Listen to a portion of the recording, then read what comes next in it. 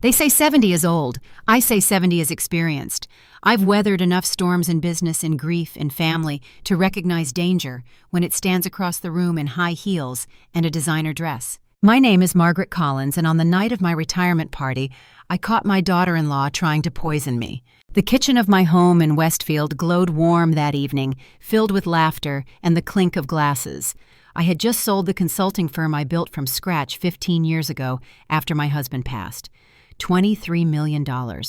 That number was whispered in every congratulatory hug, every too-long handshake. Success, they called it. To me, it was survival rewarded. My son Daniel insisted on hosting. "Mom, you deserve to celebrate," he had said, those earnest brown eyes of his almost convincing. His wife Amanda volunteered to handle the details. That should have been my first warning. Amanda usually whined about loading a dishwasher, yet tonight she had transformed into Martha Stewart incarnate, arranging flowers, polishing silver, fluttering about with a smile that didn't reach her eyes. I mingled with neighbors and colleagues, my heart surprisingly light. Then out of the corner of my vision, I saw it. Amanda standing at the champagne table, glancing around like a child stealing candy. From her purse, she pulled a small amber vial. My pulse quickened. With practiced care, she tilted it over a glass, the one with the tiny chip on the rim, the glass I always used at parties. A few drops of clear liquid slid in. She swirled it once, set the vial back into her bag, and plastered on a smile. In business, I'd learned never to panic at the first sign of trouble. Panic clouds judgment. Instead, I walked to the table, lifted a fresh glass, and raised it high as colleagues toasted my next chapter. Amanda, ever attentive, brought me that glass a moment later. "Margaret, you've earned this," she cooed, holding it out. I smiled, accepted it, and let the liquid catch the light. Then, as soon as her attention shifted, I drifted toward the sink, tipped the contents down the drain, and slid the empty glass into a napkin. My hands didn't shake. 70 years had steadied them. Within minutes, the room carried on with its laughter. Only I knew that one of the sparkling flutes on the counter was no longer champagne but evidence. Then came the distraction. Amanda's mother, Eleanor Peterson, suddenly staggered near the hors d'oeuvres table. She clutched her stomach, muttering about dizziness. Guests rushed to her side. Someone shouted for 911. My own glass, safely emptied, remained wrapped in linen inside my clutch. I knelt beside Eleanor, pressing a hand to her shoulder. Her complexion was pale, but her breathing steady. Perhaps a reaction, perhaps nerves. But it was enough for Amanda to wail convincingly, mascara streaking, while Daniel hovered too close, whispering reassurances that sounded rehearsed. When the paramedics arrived, I moved deliberately. "This glass might need to be checked," I said, offering the napkin-wrapped flute. "Please treat it as evidence." I gave them my card, clear and steady, the way you speak when you want your words to echo later in a courtroom. Amanda froze at the sight, just for a second, but I caught it, the flicker of panic quickly smothered beneath feigned concern. As Eleanor was lifted onto a stretcher, I overheard one paramedic murmur, "Acute reaction. Possible toxin. Before we dive into family betrayal stories, drop a comment and tell us where you're watching from." Hearing from people around the world makes these stories even more powerful and reminds us how connected we all are. Daniel turned to me, pale. "Mom, you don't need to come to the hospital. We'll handle it. You stay here." Stay here where the poisoned glass had been meant for me. How thoughtful. "Nonsense," I replied, sliding my purse over my shoulder. "Eleanor is practically family. I'll follow in my car." The ride to St. Mary's Hospital blurred with sirens. My mind, however, was crystal sharp. Amanda had not counted on me noticing her little performance. She had not counted on a woman of 70 knowing the difference between paranoia and pattern recognition. At the hospital, I lingered near the triage desk listening. The doctor muttered something about plant alkaloids. Amanda paced in heels that clicked like a metronome of guilt. Daniel's phone buzzed endlessly. He ignored half the calls, his jaw tight. "It must have been food," Amanda repeated to anyone who would listen. "Something at the party. Poor Mom." I touched her arm with a smile that could slice steel. "Perhaps. Lucky she didn't drink much champagne." Her step faltered, barely, but I noticed. 3 hours later, the doctor declared Eleanor's stable tests inconclusive. Amanda exhaled like she'd been holding her breath all night. Daniel suggested again that I not drive home alone. "You're 70, Mom. Anything could happen." I kissed his cheek, calm as stone. "That's true, son. Anything could happen." Back in my kitchen, I poured a glass from a new, unopened bottle. I let the bubbles rise, tasted safety, and sat at my oak desk. The legal pad waited. So did the questions. Why poison me now after the sale of my company? Why push Sunset Manor brochures into my mailbox last month?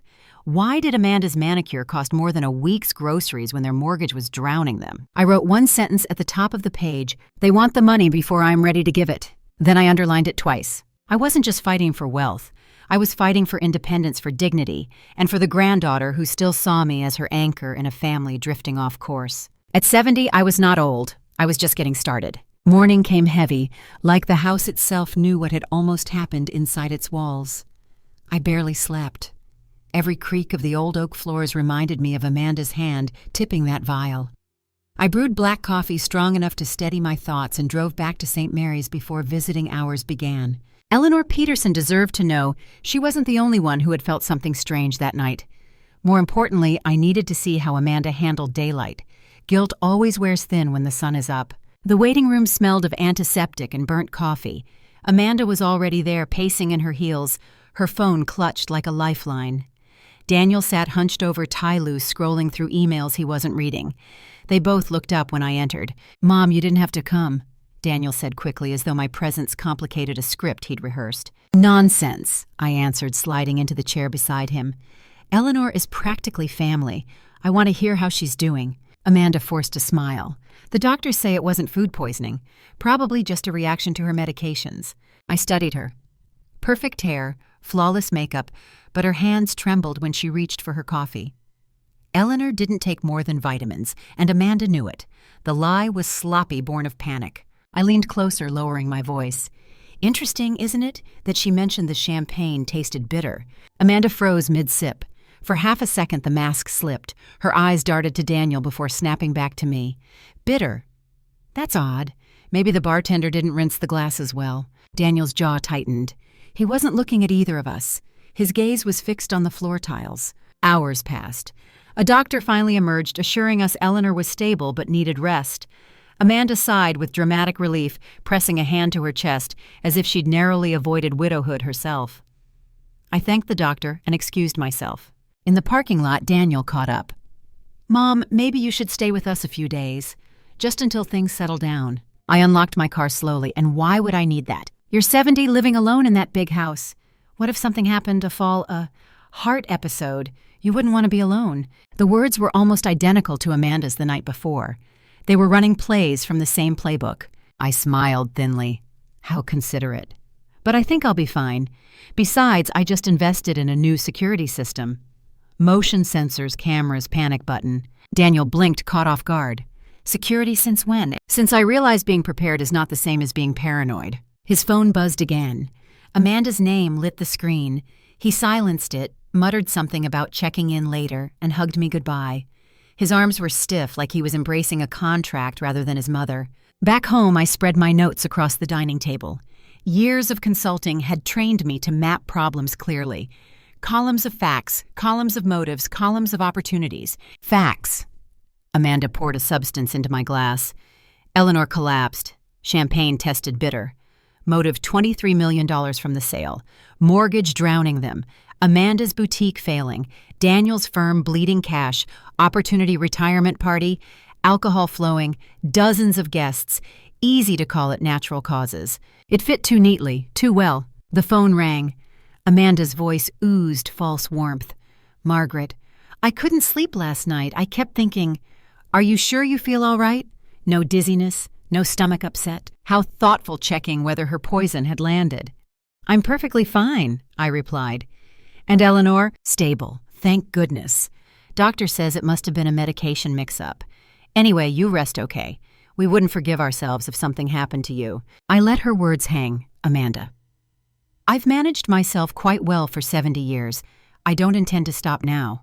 She laughed lightly too quickly. "Of course, but maybe consider what Daniel suggested just for peace of mind." Click. That evening, Daniel arrived with a box of pastries from my favorite bakery. He moved around the kitchen like he owned the place, opening cupboards, pouring coffee without asking. Familiar, but wrong. "How are you holding up, Mom?" "I've survived worse board meetings," I said. He smiled, but it didn't touch his eyes. "The thing is, Jessica and I think it's time you considered a different arrangement, a community. Sunset Manor, for example. There it was, the pitch. He pulled up a glossy website on his phone, Smiling Seniors Golf Courses Spas. It's not a nursing home, Mom. It's like a resort. You'd be surrounded by people safe cared for. And it's close to us. And the cost, I asked evenly. About $400,000 up front, but it covers everything.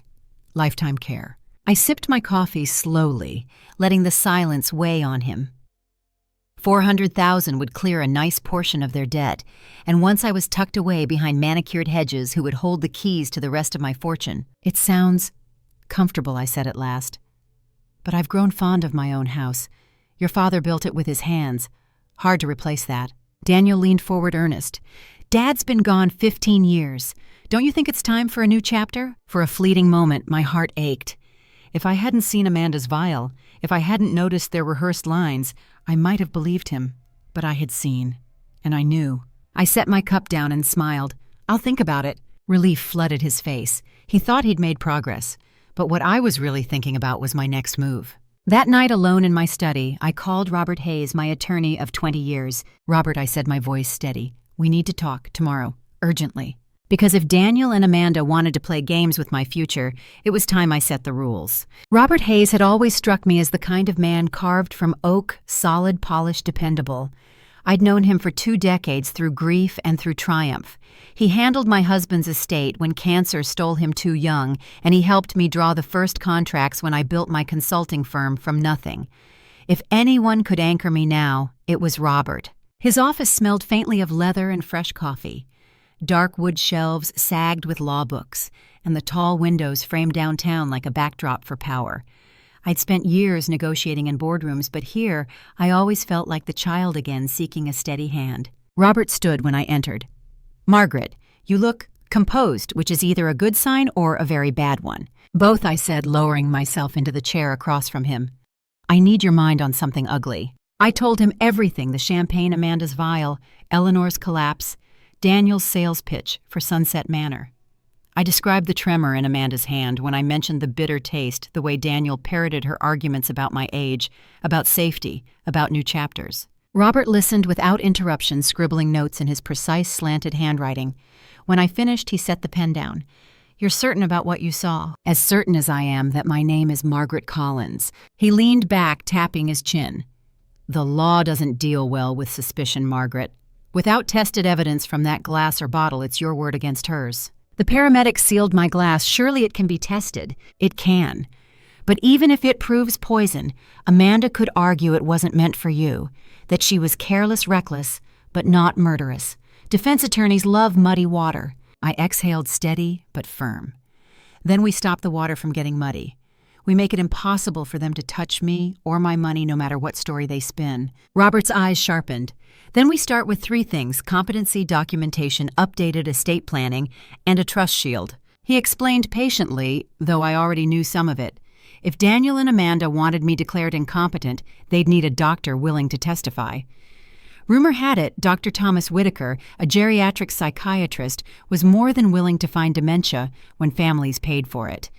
I remembered hearing Whitaker's name from colleagues fighting ugly guardianship battles. We'll have you evaluated by an independent specialist first, Robert said. A clean bill of competency, notarized on record. That way any sudden diagnosis from Whitaker looks suspicious. I nodded. What about my will? Out of date. Right now, Daniel inherits nearly everything. That has to change. Robert pulled a thick folder from his drawer, sliding drafts across the desk. We can establish a trust. It will distribute a modest annual stipend to Daniel, enough to live on, but not enough to fuel their lifestyle. The bulk goes where you truly want it. I thought of Emily, my granddaughter. Sweet 16, bright as a sparkler, too young to see the rot in her parents' choices. Set up a college fund for Emily, protected, locked away so Daniel and Amanda can't touch it. Robert's pen moved quickly, and the remainder. Charities I've supported for years. Cancer research, scholarships for women starting businesses. Money should build, not destroy. For the first time in days, my chest loosened. But Robert wasn't finished. We also need personal safety. Security cameras, motion sensors, panic buttons. And Margaret, if Amanda tried once, she will try again. They'll be smarter next time. I met his gaze, calm and unflinching. Then I'll be smarter too. I didn't spend 70 years learning strategy just to lose to a greedy daughter-in-law. He almost smiled. I'll draft everything tonight. Tomorrow morning you'll sign and we'll notarize. From that moment, they can scream incompetence all they like, it won't matter. The trust will hold. I rose feeling taller than I had in weeks. Thank you, Robert. I knew I wasn't overreacting. Paranoia is seeing shadows that aren't there, he said gently. This isn't paranoia. This is survival. Back home, I sat in the quiet of my study, penning a letter I never thought I'd need to write. It was to Emily. Just a few lines tucked away in the new trust document sealed with instructions. If you are reading this, sweetheart, it means I've gone. But know this, I fought for my life and for yours. Don't let anyone tell you age makes you powerless. Remember, you come from a line of women who endure and outthink. I believe in you. I sealed the envelope with steady hands. For the first time since the party, I didn't feel like prey. I felt like the hunter. Amanda and Daniel wanted to play games with my future. Starting tomorrow, they would be playing by my rules. And I've always been very, very good at winning. If you're still watching, comment 1 so I know you're still with me. The morning after signing Robert's drafts, I felt lighter, like I'd swapped a leaky umbrella for a steel roof. My estate was protected. My competency documented, my will sharpened like a blade. But defense wasn't enough. If Amanda had the audacity to lace my champagne, she wouldn't stop, because a lawyer shuffled papers. She'd only grow bolder. I needed a fence. That's why I dialed Linda Carver. Linda wasn't the trench coat-wearing detective of paperback novels. She was brisk, practical, with cropped auburn hair and an eye that could strip you down to the truth in 3 seconds. We'd crossed paths years ago when I was vetting a potential business partner. She'd uncovered that his thriving import company was really a money laundering front. I cut ties. He went to prison. Linda had a talent for scraping polish off rotten wood. She met me at a cafe off Main Street, the kind where the waitresses call you hun, and refill your cup before you can ask. Margaret Collins, she said, sliding into the booth. Haven't heard from you in a decade. Either you're planning another company, or someone's planning something for you. The latter, I replied, stirring cream into my coffee. My daughter-in-law tried to poison me. Her brows lifted, but she didn't laugh. You sound very sure. I described the party, the vial, the bitter champagne. I told her about Amanda's sudden transformation into hostess of the year, Daniel's pitch for Sunset Manor, and Robert's warnings about guardianship scams. Linda didn't take notes. She didn't need to. Her memory was a vault. You want dirt, she said when I finished. I want truth, I corrected. Their finances, their debts, any insurance policies with my name on them. And if they've been paying off a certain Dr. Thomas Whitaker, I want to know. She sipped her coffee, considering this could get uncomfortable. Comfort ended the moment Amanda opened that vial. Her smile was thin, approving. Give me 72 hours. Those 3 days stretched like wire. I busied myself with small things, pruning roses, reorganizing the pantry, cooking meals I barely ate. Every time the phone rang, I expected Amanda's chirping voice, fake concern dripping like honey. Every time Daniel texted, I imagined him sitting beside her rehearsing lines. On the 4th evening, Linda called. I have what you asked for. Can we meet? We met in her office, a small space above a bail bondsman. No frills, just file cabinets and a humming air conditioner. She spread a folder thick with printouts across her desk. Where do you want me to start? With the money, I said. She tapped the first page. Daniel's architectural firm has been in the red for 2 years. He's kept the lights on by maxing out credit cards $83,000 in revolving debt. The house in Westfield refinanced 3 times. They're underwater by at least $250,000. I clenched my jaw. I'd given them the down payment covered tuition for Emily, even slipped them checks when Amanda cried about car repairs. And still they drowned themselves. Linda flipped another page. Amanda's jewelry boutique is worse. It bleeds cash. She's borrowed against the business line so many times it's basically collapsed. I kept my face still, though rage clawed at my chest. Then Linda pulled out a copy of an insurance application. Here's the kicker. 6 months ago, Amanda took out a $500,000 life insurance policy. On you. She listed herself as beneficiary, citing insurable interest as your primary caregiver. My blood iced over. How is that even allowed? It shouldn't be, but companies get sloppy. They assumed Daniel was the actual beneficiary. She just signed the paperwork. I stared at the document. Amanda's signature looped neat and confident. It was premeditation written in ink. There's more, Linda added. She pushed forward a series of bank transfers, regular payments, small but consistent, to Dr. Thomas Whitaker. Started 3 months ago. Consultation fees. My bet. He was preparing to declare you incompetent if poison didn't work. The room seemed to tilt. Poison on one end, psychiatric fraud on the other. They weren't just opportunists. They had a layered plan. I forced myself to breathe. You've confirmed what I suspected. This wasn't desperation in the moment. It was strategy. Linda closed the folder. So what's next, police? I shook my head. Not yet. If I go now, Amanda cries ignorance. Daniel plays the dutiful son, and Whitaker says I'm paranoid. I need them cornered. I need them holding the rope they meant for me. Her eyes glinted with something like respect. That's the Margaret I remember, sharp as glass. I left her office with the folder heavy in my purse but lighter in my heart. The truth was uglier than I'd hoped, yet clearer than I'd feared. Their greed was documented, signed, and time-stamped. Back home, I spread the papers on my desk, each page another nail in the coffin of trust I'd once had in my son. I whispered his name Daniel not with anger but with mourning. Amanda, I had never trusted. But Daniel, he had once brought me dandelions grinning with baby teeth. He had once stood on this very porch waiting for me to clap at his report card. And now he was signing away my sanity for a chance at my fortune. I closed the folder and poured a glass of wine. This wasn't just about protecting myself anymore. It was about teaching them both that underestimating me was their most expensive mistake. The next move was mine, and I already knew exactly what it would be. The folder from Linda Carver still sat on my desk, its edges sharp enough to cut. Every page was a wound, Daniel's debts, Amanda's reckless spending the insurance policy, with my name scrawled across the top.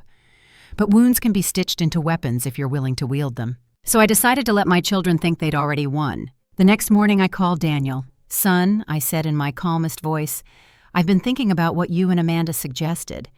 Sunset Manor, maybe it isn't such a bad idea. Silence. Then the quick intake of breath he used to make when he pulled an ace in poker.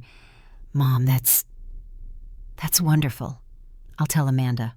We can help with the paperwork. Yes, I said, but I'd like you both to come here. Tomorrow. We'll do it together at the dining room table. He agreed so quickly it almost hurt. That evening I met Robert Hayes at his office. He'd already read Linda's findings. His mouth pressed thin, his eyes sharp. They're in over their heads, he said, which makes them dangerous, but also predictable. I slid into the chair opposite him. Then let's give them the rope. I want documents that look real, but give them nothing. Robert nodded, pulling out drafts. This power of attorney looks standard. They'll think it grants Daniel authority over everything. In reality, it controls a single account with $1 in it, nothing more. I smiled for the first time in days. Perfect. He handed me another packet. And this is a fresh will, already notarized. It mirrors the trust we built Emily's education secured charities funded Daniel given only a stipend. If anything happens to you, Amanda gets nothing. Then all that's left, I said, is to make sure Amanda believes she's holding the keys. The next afternoon, the Collins household looked like a boardroom. Papers spread across the mahogany table pins lined neatly beside them. I brewed fresh coffee, set out scones from the bakery, and waited. Amanda arrived in pearls and perfume, her smile brittle with anticipation.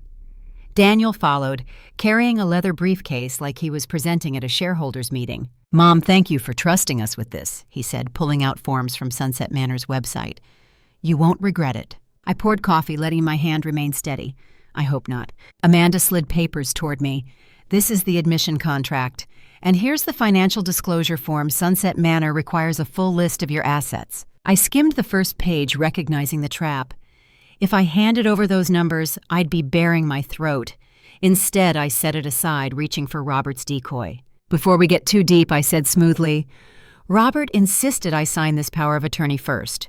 Just a precaution, he said. You'll be handling the details, Daniel, so it makes sense. His eyes lit like a man glimpsing shore after a storm. Of course, Mom, that's smart. Amanda leaned closer, eager. Once that's done, Sunset Manor can move you in within the week. Lovely, I murmured, pen gliding across the fake. They didn't notice that the account number belonged to an empty shell. They didn't notice the fine print that locked their authority into irrelevance. They only saw what they wanted control. Afterward, Amanda gathered the papers with a triumphant flourish. This is the start of a new chapter for you, Margaret. You'll be safe, cared for. Safe, yes, but not in the way she imagined. Daniel hugged me at the door. His arms were stiff, his voice rehearsed. You'll thank us one day. I watched them drive away, Amanda already dialing someone, her hands slicing the air in excitement. Inside, I poured myself a glass of wine and leaned against the counter. My heart beat steady. The trap was set, the bait taken. Tomorrow I'd call Detective Karen Brooks. When the time came, she would walk through my front door with a folder of toxicology results. And Amanda would discover that the game she thought she'd been winning had only just begun. That night I wrote in my journal a habit from the early days of widowhood. Let them believe they're clever, I scrawled. Let them taste victory. The sweetest moment is not the catch, but the reveal. I closed the book, placed it on my nightstand, and turned off the light. For the first time since the party, I slept soundly. Because tomorrow, the real performance would begin. Morning sunlight poured across my dining room table, still cluttered with the fake documents Daniel and Amanda thought were their golden ticket. I'd left them there on purpose, a reminder of the game in motion. The phone in my hand felt heavier than it should as I dialed the number Robert had given me. Detective Karen Brooks picked up on the second ring. Her voice was low, steady, the voice of someone who had spent years sifting truth from lies. Mrs. Collins, this is Detective Brooks. Mr. Hayes said you had information for us. Not information, I replied, keeping my tone calm. Evidence. Champagne glass unopened bottle witnesses who saw my daughter-in-law at the drinks table. I believe my family attempted to poison me. Silence, then a measured response. That's a serious allegation. Can you bring the items to the station? They're sealed. The paramedics took them. Remember St. Mary's ER logged the glass and bottle. Check the chain of custody. I heard papers shuffle. Yes, I see it here. Toxicology already in progress. Preliminary results in 48 hours. I allowed myself a slow breath. Detective, by then, Amanda and Daniel will think they've won.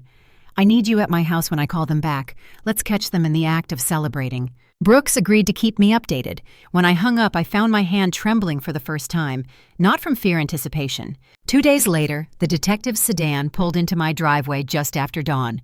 She stepped out trench coat, brushing her knees, a folder tucked under her arm. Her partner followed, younger, carrying a sealed evidence bag. We sat in my living room, sunlight painting long lines across the hardwood floor. Brooks opened the folder. The lab confirmed it oleander extract. Highly toxic, no medical purpose. Whoever poured it knew exactly what they were doing. I swallowed hard, though I'd known the truth already. Amanda. The detective didn't nod, but her eyes softened. The concentration was highest in the glass paramedics collected, the one you say was intended for you. Enough to kill, if you hadn't disposed of it. She didn't finish. She didn't need to. Her partner spoke next. We also found fingerprints consistent with Amanda's on the vial recovered later from her purse during a search connected to her mother's incident. I leaned back steady now. Then it's time she answers for it. Brooks closed the folder. We'll follow procedure. We can't arrest her yet without a formal interview, but if you're comfortable, we'd like to be present when you invite her back to your home. We'll listen, observe. If she incriminates herself, we move. She'll incriminate herself, I said coldly. She always talks too much when she thinks she's won. That afternoon, I called Daniel. Son, could you and Amanda stop by tomorrow morning? Robert says there are a few tax papers I need to sign before the manor transfer is finalized. Excitement laced his voice. Of course, Mom. We'll be there. I hung up, staring at the quiet house. My husband's portrait watched from the mantel, his smile frozen in oil paint. Wish me luck, Bill, I whispered. It seems our boy needs a lesson you never thought we'd have to teach. The next morning, Daniel and Amanda arrived right on time, dressed like they were meeting a banker. Amanda carried a designer tote, her heels sharp against the tile. Daniel's briefcase bulged with papers. We sat at the dining table. I laid out Robert's decoy documents again. Amanda's fingers itched toward them, her smile brittle with hunger. Just a few signatures, Daniel urged. Then everything settled. Before I could answer, a knock rattled the door. Amanda frowned, expecting someone. I rose slowly, heart steady, and opened the door. Detective Brooks stepped in, badge flashing. Her partner followed, carrying the evidence folder. Amanda went pale. Daniel blinked, confused. Mrs. Collins, Brooks said evenly, "We need to speak with you regarding the toxicology results from your retirement party." Amanda's voice cracked. Toxicology? What are you talking about? Brooks laid the folder on the table, sliding photographs across the wood images of the champagne flute, the vial, the chemical analysis. Oleander extract. Someone deliberately poisoned the champagne served to Mrs. Collins. Daniel's face drained of color. This must be some mistake. Amanda's hands shook as she reached for the photos. That's insane. Why would I? Her voice faltered. Brooks didn't blink. That's what we'd like to know, especially since your fingerprints were found on the vial. The room thickened with silence. Amanda's mouth opened and closed, no words forming. Daniel stared at her as though seeing her for the first time. I folded my hands calmly. "Detective, if you'd like to continue this conversation formally, I believe Amanda should accompany you." Brooks nodded. "Mrs. Collins, you'll need to come with us for questioning." Amanda sputtered, looking from me to Daniel. You set me up." I met her eyes steady as steel. "No, Amanda, you set yourself up. I just refused to drink." As the detectives led her away, Daniel slumped in his chair, head in his hands.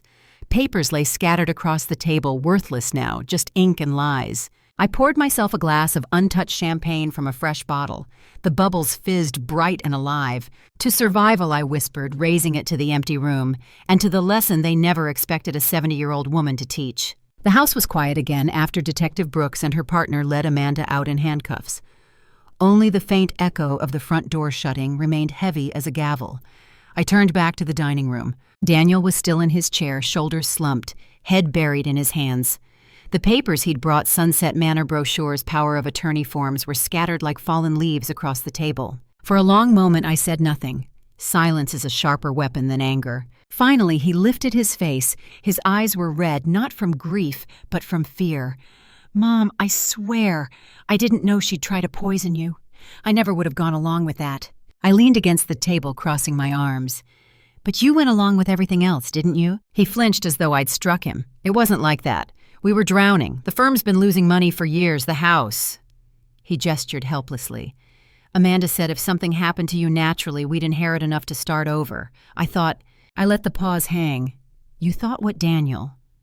That it was acceptable to circle like vultures and wait for me to collapse.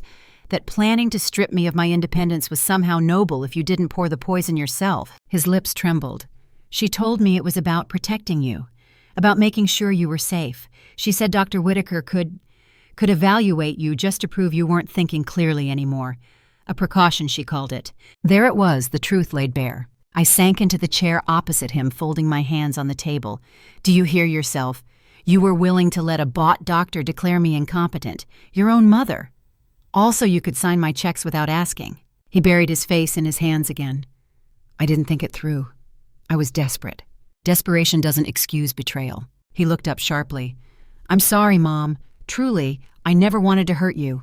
I studied him, searching for the boy who once brought me dandelions clutched in tiny fists. I could still see him in flashes behind the exhaustion, behind the fear. But this man sitting before me had chosen his path step by step. Not once, not twice, but for months. I pulled a document from the sideboard, the copy of Linda's report. Sliding it across the table, I tapped the page with Whitaker's name highlighted. "You started paying him 3 months ago, long before the party, long before Amanda's poison. This wasn't her manipulation, Daniel. It was your plan, too." His face went white. You had someone investigate me." "I did, and now I know exactly how deep the hole is that you've dug." The dam broke. Words tumbled from him in a rush. The loans, the refinancing, the credit cards used to pay other credit cards, Amanda's boutique draining money like a sieve, his own pride too fragile to admit failure. "I thought I could fix it," he whispered. "If we just got through this year, if we just had the money." "You thought sacrificing me was the solution." He winced. "I didn't think of it that way." "Then how did you think of it, Daniel?" My voice was quiet steel wrapped in silk. "Because from where I'm sitting, you weighed my life against your debt and decided numbers mattered more." He reached across this table, desperate. "Please, Mom, don't give up on me. I'm still your son." I drew my hands back before he could touch them. "You are my son. That's what makes this the deepest cut of all." Silence pressed in again. The only sound was the tick of the grandfather clock in the hallway, steady, relentless. Finally I stood. "The law will decide Amanda's fate. But yours, Daniel, that rests with you. You can either cooperate with the investigation, tell the truth and face the consequences like a man, or you can keep lying and let what little trust remains between us rot away completely." His chin trembled. "What if I lose everything?" "You already did," I said softly. "You lost my trust the moment you chose her schemes over my life." I gathered the papers from the table, sliding them into a folder. My steps felt heavy, but my back was straight. At the doorway I paused. "I may be 70, Daniel, but I am not weak and I am not blind. Remember that." He didn't answer. His shoulders shook as I left him there among the ruins of his carefully laid plans. In the quiet of my study, I closed the door and let myself breathe. My heart ached, but my resolve hardened. Amanda might face prison bars. Daniel still had a chance to choose honesty over deceit. But whether he chose redemption or ruin, I would survive. Because 70 is not the end of power. It is the age where power finally stops asking for permission. The morning after Daniel sat crumpled at my dining table, I drove downtown to Robert Hayes' office. My hands were steady on the wheel, but my chest felt heavy. Confronting my son had drained me, though I hadn't let him see it. Strength, I'd learned, is often performance. Robert greeted me with his usual calm precision. Papers already lay waiting on his desk, neatly tabbed and highlighted. Detective Brooks sent over the toxicology results and evidence reports, he said. We need to strategize before the district attorney gets involved. I settled into the leather chair, smoothing my skirt. Amanda will deny everything. Daniel will try to cast himself as ignorant. What do we need to make sure their lies don't stick? Robert adjusted his glasses. 3 things: corroboration, motive, and pattern. He outlined it like a chessboard. Corroboration. Eleanor's testimony about the bitter champagne. My own eyewitness account of Amanda with the vial. Toxicology results matching the residue. Motive: financial records from Linda Carver, showing their debt, the insurance policy Amanda took out in secret, and the payments to Dr. Whitaker. Pattern: the repeated attempts to push me toward Sunset Manor, the rehearsed lines, the psychiatric consultations. I felt the familiar hum of strategy in my veins. This wasn't just defense, it was offense. They'll try to discredit me, I said, paint me as paranoid, confused, vulnerable at 70. Robert's smile was thin but sharp. That's why we'll have the competency evaluation notarized and ready. The psychiatrist I sent you to his report came back flawless. Cognitive function excellent. No trace of impairment. If Daniel's lawyer dares raise the issue, we bury them with that report. I let out a slow breath I hadn't realized I'd been holding. Good. That afternoon, Detective Brooks visited my home. She walked the perimeter first, noting the cameras and sensors newly installed, then joined me in the study. Her notepad was half filled already. Mrs. Collins, the district attorney's office, is interested, but they'll want airtight evidence before filing attempted murder charges. Amanda's fingerprints on the vial are strong. Toxicology is stronger. But juries like a story they can follow. Then let's give them one, I replied. Brooks nodded. Eleanor Peterson has already agreed to testify that she saw Amanda near the drinks table and tasted bitterness in her champagne. That supports your account. We'll need you both consistent. I smiled faintly. Eleanor has no love for Amanda these days. Nearly dying tends to clear loyalties. Brooks's eyes softened. And your son? The question landed heavy. I chose my words carefully. Daniel has admitted he knew about the plan to use Dr. Whitaker if I refused Sunset Manor. He claims he didn't know about the poison. Do you believe him? She asked. I stared out the window at my blooming roses. I believe he convinced himself not to know, which in my book is the same thing. She jotted notes. We'll need his phone records, texts, emails. If Amanda spelled out even part of the plan, that's conspiracy. I remembered the messages Linda had shown me. Amanda urging Daniel to push me, promising I'd be begging them by Sunday. My throat tightened, but I forced my voice steady. He has them. He won't escape them. That evening, Robert Brooks and I sat around my dining table, the same place where Amanda had once spread Sunset Manor brochures like bait. Now it was war counsel. Robert laid out the timeline. Amanda purchases insurance policy. Daniel begins payments to Whitaker. Pressure campaign for Sunset Manor. Retirement party attempted poisoning. Fake documents signed police intervention. We'll package this, Robert said, so the district attorney sees not isolated incidents but a coordinated scheme. That's what makes conspiracy charges stick. Brooks added, we'll also subpoena financial statements from Sunset Manor. If Amanda or Daniel had already contacted them, it strengthens motive. Shows they were preparing your removal. I traced a finger along the table's grain, remembering holiday dinners, birthdays, moments when this home had felt safe. I want to make sure Emily is kept out of this. She's 16. She deserves better than to see her parents' greed splashed across headlines. Brooks's gaze softened. We'll shield her as much as possible, but you can't shield her from the truth forever. I nodded, swallowing the ache in my throat. I know. And maybe it's better she learns that truth from me. When the meeting ended, I walked them both to the door. Brooks paused, hand on the knob. Mrs. Collins, you've been remarkably composed through all this. Most people would be terrified. I met her eyes steady. Fear doesn't keep you alive. Strategy does. She smiled faintly. Then I'd say you have both. Later, alone in the quiet, I gathered the papers into neat stacks. Evidence. reports, statements.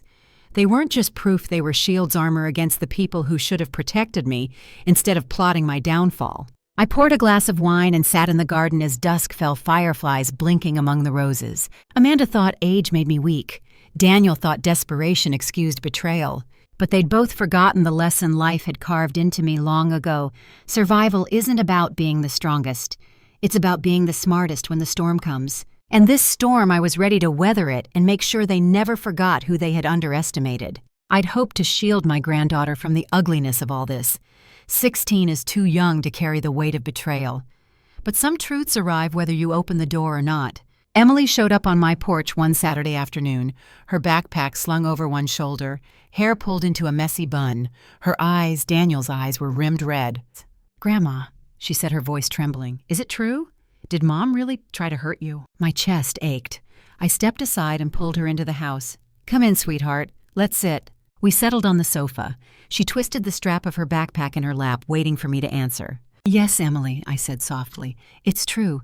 Your mother put something dangerous in my drink, but I didn't drink it. And I'm still here." Tears spilled down her cheeks. "Why? Why would she do that?" I brushed a strand of hair from her face. "Because sometimes grown-ups let fear and greed twist them. Your parents made choices out of desperation, and those choices hurt me and you. But none of this is your fault." She buried her face in her hands. "Dad said you were confused, that you were imagining things. But then I saw the news, Mom getting into the police car, and I didn't know what to believe." I placed a hand on her shoulder. "Believe this, I love you. And I fought to protect myself, not to punish you. You deserve to grow up knowing the truth, not living in a house built on lies." For a while, we sat in silence, broken only by the clock ticking on the mantel. Finally, Emily asked, "So what happens now to Dad? To Mom?" I sighed. "The courts will decide. Your mother faces serious charges. Your father? He wasn't innocent either. He knew more than he admitted. But he has a chance to cooperate, to tell the truth. That's his choice now." Her chin quivered. "I don't want to lose them both." I pulled her close, letting her cry against my shoulder. "I know, sweetheart. And no matter what happens, you won't lose me." Later in the kitchen, I poured her a glass of lemonade. She sat at the counter, eyes swollen but steady. "Grandma, are you angry all the time?" "At them." I paused. The honest answer was complicated. I was angry, yes. But mostly, I'm sad. Sad that my son and his wife thought money mattered more than love. Sad that they forgot who I am. But anger won't heal anything. Truth will. Boundaries will. She traced her finger along the rim of the glass. "I don't want to be like them." I leaned across the counter, meeting her gaze. "Then don't be. Choose differently. Learn from their mistakes, not their excuses. You're already stronger than you realize." Her lips curved into the smallest smile. "Maybe I'll study law. Help people who go through things like this." My chest warmed. "You'd be brilliant, and if that's the path you choose, I'll be right there cheering you on." That evening we walked through the garden together. The roses were in bloom, stubborn and beautiful, despite storms and neglect. Emily touched a petal gently. "They're so strong." "Strength doesn't always roar," I told her. "Sometimes it just survives season after season, blooming anyway." She slipped her hand into mine. "Like you."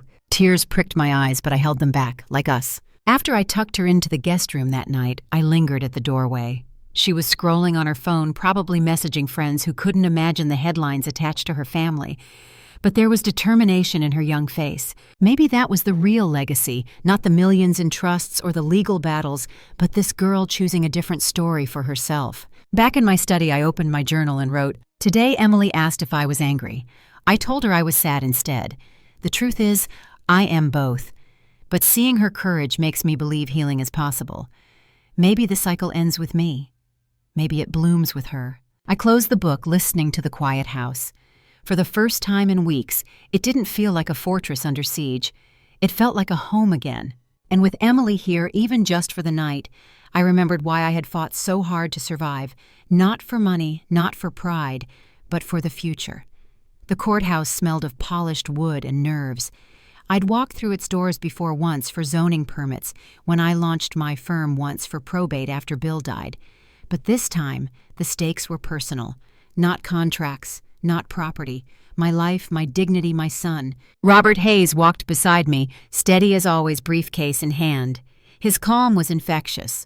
"Remember, Margaret?" he murmured. "You're not the one on trial. Amanda is. Daniel will have to answer questions, and we have the evidence stacked higher than their excuses." Detective Karen Brooks met us outside the hearing room, file tucked under her arm. She gave me a small nod. The DA is confident. Toxicology, the insurance policy, the payments to Whitaker, it paints a clear picture. I adjusted my scarf spine straight.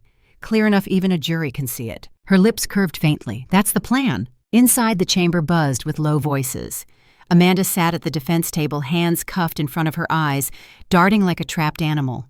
She wore beige, jail-issue clothing, a far cry from the pearls and perfume she'd paraded at my party. For a fleeting second, pity flickered.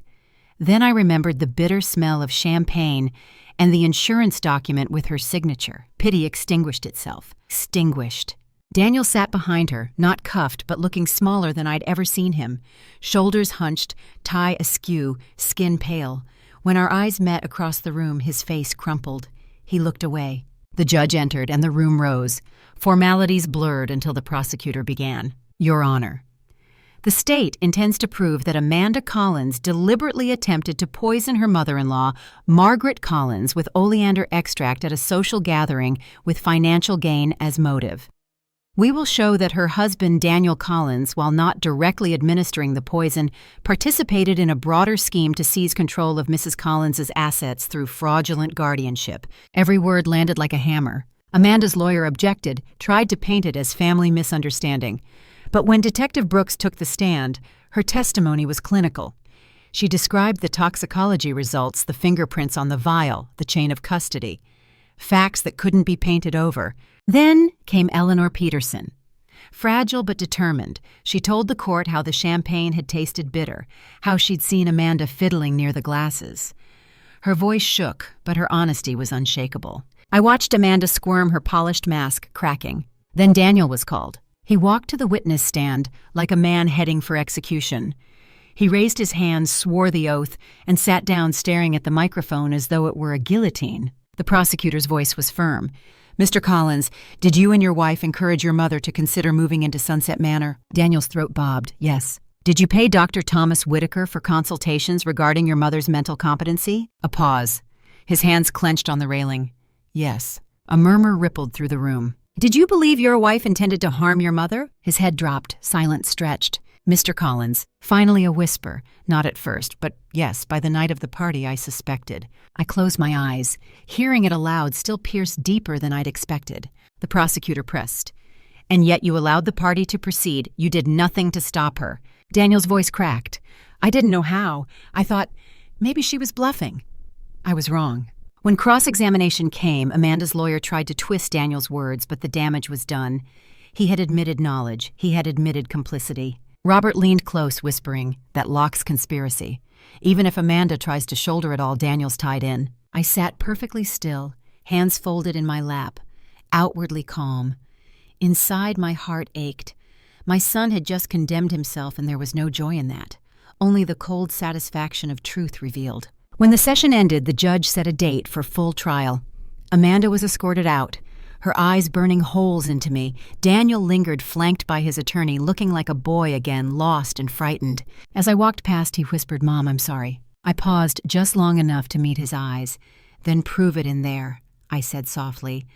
"Tell the truth, all of it." And I walked on head high because survival wasn't about erasing pain. It was about standing tall in it. That night back home, I poured myself tea instead of wine. My garden glowed in the moonlight, roses whispering in the breeze. I wrote in my journal, "Today my son admitted under oath that he betrayed me. My daughter-in-law sits in jail. The storm is not over, but the winds are turning. I will not crumble. Because dignity is not granted, it's defended." I closed the journal, feeling both hollow and fierce. Tomorrow would bring more battles. But tonight, I let myself breathe, knowing the truth was finally out in the open. The courthouse echoed in my mind for days, after the hearing, Amanda's pale face, Daniel's halting admissions, the judge's gavel closing like a door. But back at home, the world was quieter. My roses still bloomed. The kettle still whistled at 6 each morning. And Emily still knocked on my study door, asking if she could sit with me a while. One afternoon, she perched on the edge of the armchair across from my desk, her notebook, open, pen tapping nervously. "Grandma," she said, "I'm working on a school essay. The topic is what legacy means to me." Her words made me pause. Legacy. For so long I'd thought of it in terms of dollars and trusts, wills, and bequests. But Emily's eyes told me she was asking for something different.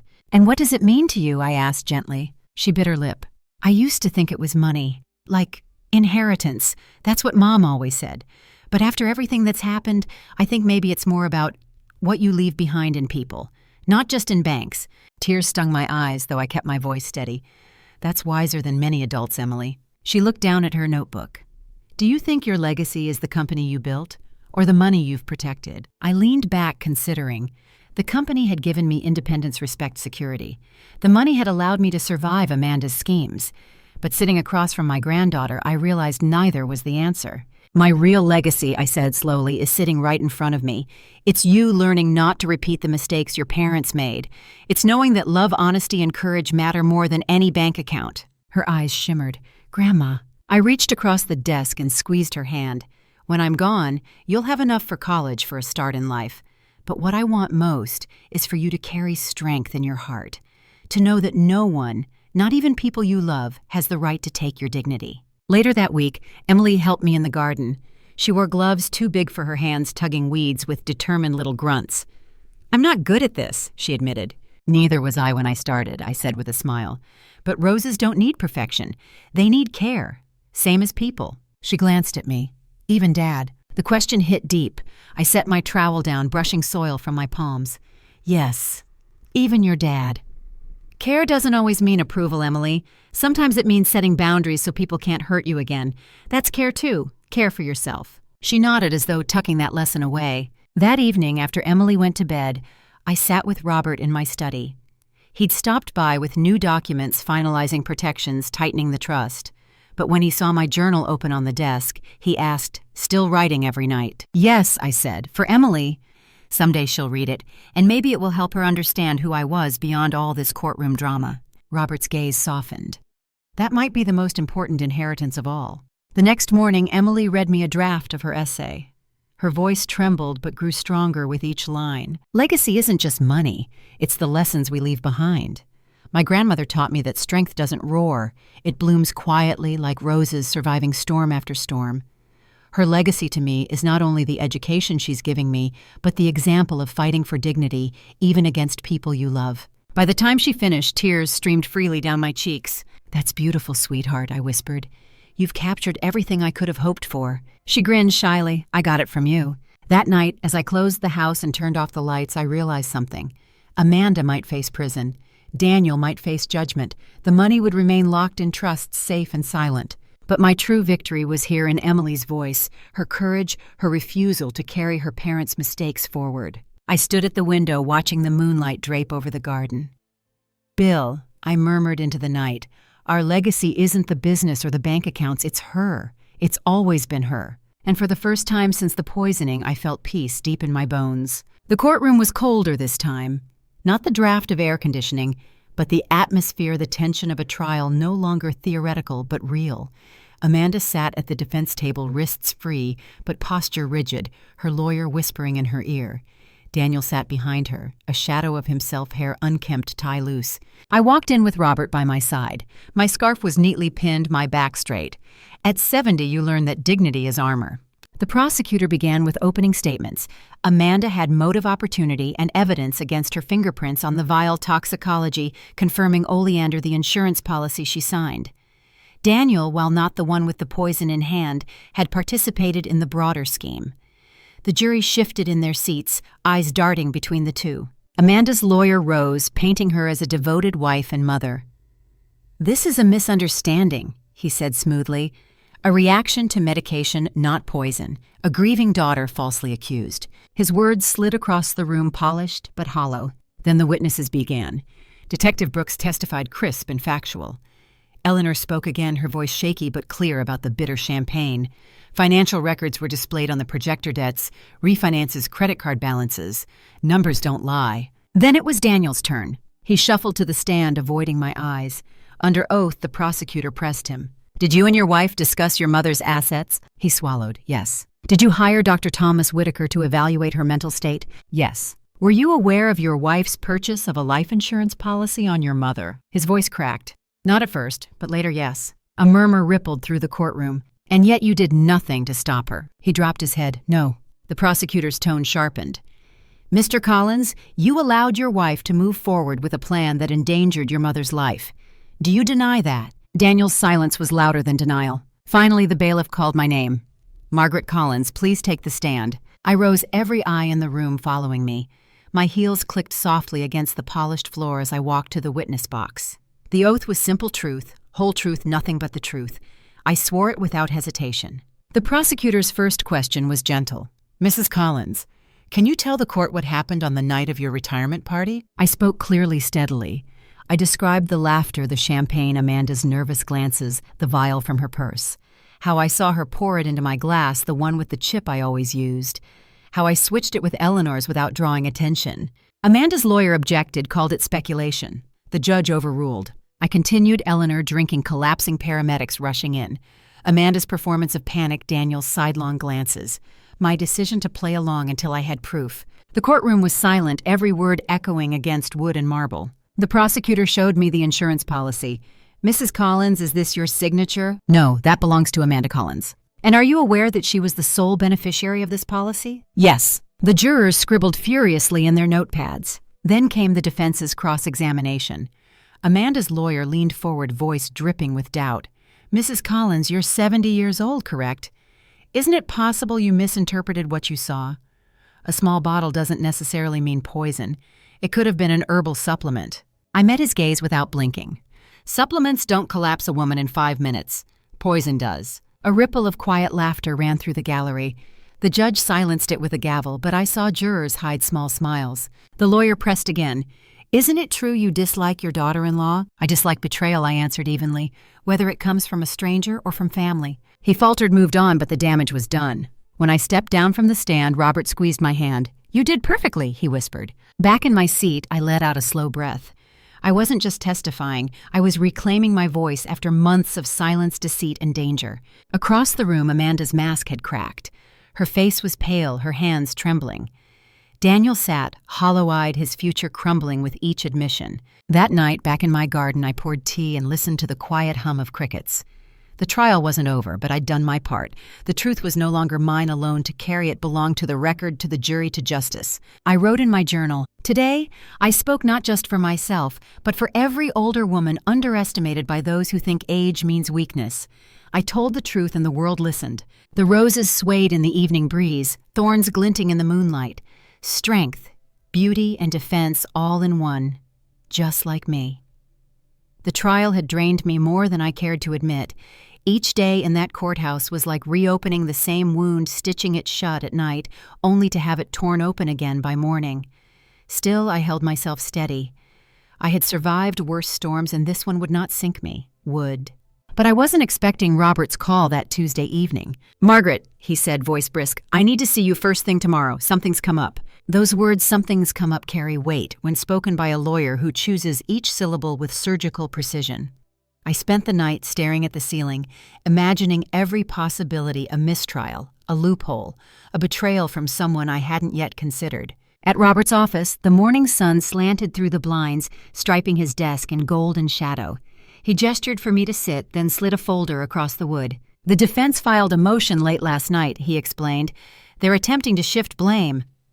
Amanda's attorney claims Daniel orchestrated the financial side and pressured her into desperate action. They're painting her as the panicked wife, not the mastermind." I flipped through those papers. Amanda's signature was everywhere, yet now her lawyer wanted the jury to see her as a victim of circumstance. "So she's throwing my son under the bus," I murmured. Robert nodded grimly. "If the jury believes that Amanda might get a reduced sentence, Daniel could face harsher penalties." My stomach knotted. I had no sympathy for Amanda. She'd tried to kill me. But Daniel, my son, the boy who once drew crayon suns on my kitchen walls, he was about to be crushed by the very woman he'd defended. "What do we do?" I asked quietly. Robert leaned back, fingers steepled. "We let the evidence speak. Amanda's fingerprints, her insurance policy, her purchases of oleander extract, all undeniable. Daniel may have been complicit, but she held the vial." I closed the folder, my heart heavy. Justice had a way of never being clean. That afternoon, Emily came by after school. She tossed her backpack on the sofa and looked at me with those earnest brown eyes. "Grandma, you look tired." I smiled faintly. "Courtrooms aren't restful places, sweetheart." She curled up beside me, tucking her legs under herself. "Dad called me last night." My pulse quickened. "What did he say?" She hesitated. "He said he's scared, that Mom's blaming everything on him. He wanted me to believe he never meant for things to go so far." I studied her face, the way her lips trembled, the conflict in her eyes. She was torn between love for her father and horror at what he'd allowed. "And what do you believe?" I asked gently. Emily's voice was barely a whisper. "I think he's guilty of being weak, of not stopping her. But I don't think he ever wanted you dead, Grandma." I pulled her into my arms, pressing my cheek against her hair. "That's a fair judgment, and maybe one day he'll prove it with actions instead of excuses." Later over tea, Emily set her mug down with unusual firmness. "Grandma, when this is over, I don't want our family story to just be about betrayal. I want it to be about survival, about how you fought back and how I learned from you." Her words pierced me deeper than any cross-examination. "That, Emily," I said softly, "is exactly the legacy I want. Not money, not houses, but you choosing better, carrying the strength forward." She smiled then, a smile that reminded me of Bill when he'd finally land a joke at the dinner table. That night, after Emily left, I sat in my study and opened my journal. My hand shook slightly as I wrote. "Amanda may try to shift blame. Daniel may bear more punishment than he expected. But tonight, Emily reminded me why I endure it all. Because survival is not just for myself. It is for her future, for the truth she will carry into the world long after I am gone." I closed the book, listening to the hum of the night. For the first time since Robert's phone call, I felt steadier, stronger. The storm wasn't finished, but I was no longer afraid. Because storms, I realized, don't last forever, but legacies do. The courthouse felt heavier that morning, as though even the marble floors carried the weight of what was coming. Robert leaned close as we entered the courtroom. "Be ready. Amanda's attorney will play every card he has left. But remember, we have truth. That wins in the end." I nodded, though my stomach churned. Truth is steady, yes, but trials are theater. And Amanda's lawyer knew how to play an audience. He started with sympathy. "Ladies and gentlemen of the jury," he said, pacing smoothly, "my client, Amanda Collins, is a woman under pressure. Her husband's financial recklessness pushed her into desperation. She never intended to harm her mother-in-law. She was manipulated, cornered, left to take the fall." Amanda lowered her head, dabbing her eyes with a tissue. If I hadn't seen her pour that poison with my own eyes, I might have believed her performance. Then came the twist. He called Daniel back to the stand. "Mr. Collins," the lawyer began, his tone oozing sympathy. "Isn't it true that you were the one consulting with Dr. Whitaker for months?" Daniel shifted uneasily. "Yes." "And isn't it true you were the one who first raised concerns about your mother's competency?" "Yes," Daniel whispered. The lawyer pounced. "So if anyone orchestrated this scheme, it was you. My client was merely following her husband's misguided lead." A murmur rippled through the jury box. I felt my chest tighten. Robert's jaw clenched beside me. But then the prosecutor rose, his voice sharp. "Mr. Collins, did your wife purchase an insurance policy on your mother without your knowledge?" Daniel's eyes flickered toward Amanda. "Yes." "Did your wife keep oleander extract in her purse, the same toxin found in the champagne?" His shoulders sagged. "Yes." "And did you personally see your wife at the drinks table the night of the party?" Daniel's voice cracked. "Yes." The prosecutor's voice thundered.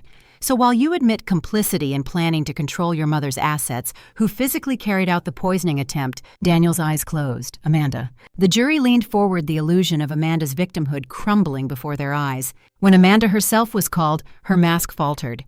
Her lawyer prompted her to speak of stress, of fear of being trapped in Daniel's debts. But under cross-examination, the cracks widened. "Mrs. Collins," the prosecutor said, holding up the evidence bag with the vial, "is this your purse?" Amanda swallowed hard. "Yes." "And these fingerprints, do you deny they're yours?" Her lips pressed thin. "No." "So despite your claims, you and you alone brought poison to that party." Amanda's eyes darted, searching for an escape that didn't exist. The jury's faces hardened. I sat silent through it all, my hands folded in my lap, back straight. Watching Amanda squirm gave me no joy. Watching Daniel's shame gave me no relief. What I felt was something deeper, a hollow ache that family had come to this battlefield, that blood ties had been twisted into weapons. But I also felt resolve. If justice required me to bear witness, then I would not falter. As court adjourned for the day, Robert whispered, We're close. Tomorrow will be closing arguments. Amanda's defense is unraveling. I walked out into the sunlight, Emily waiting for me on the courthouse steps. She slipped her hand into mine. Grandma, you were so strong in there. I looked down at her, her young face lit with determination. Strength isn't about not hurting, Emily. It's about standing tall even when you do.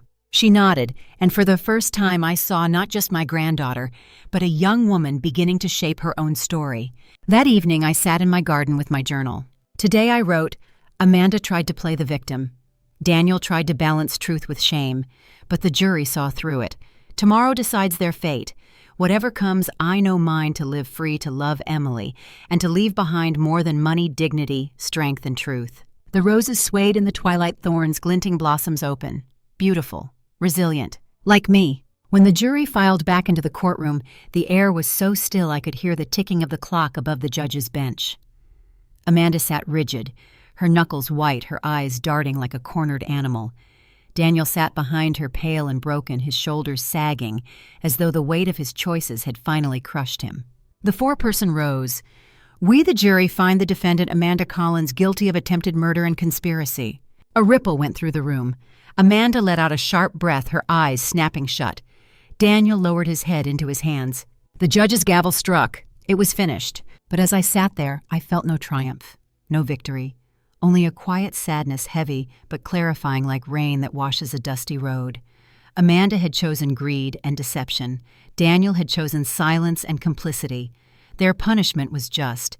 Yet my heart whispered that clinging to bitterness would chain me more tightly than their schemes ever could. That evening, back into my garden, I walked among the roses. They had bloomed wildly despite storms, their petals soft, their thorns sharp. I thought of my husband, Bill, who once told me roses teach us beauty and pain grow together, and both deserve respect. Daniel's betrayal had cut me deeper than any thorn. Amanda's hatred had nearly killed me. But looking at those roses, I realized forgiveness isn't the same as forgetting. Forgiveness is freedom. It doesn't excuse their choices. It releases me from carrying their weight. I chose to forgive not for them but for myself, for Emily, for the life I still had ahead of me. Emily joined me in this garden later, her arms wrapped around a stack of notebooks. Grandma, she said, I want to start writing. Maybe even tell our story one day. People need to hear what happened so they know they're not alone. I brushed a leaf from her hair. If you do, don't write it as a tragedy. Write it as survival, as strength.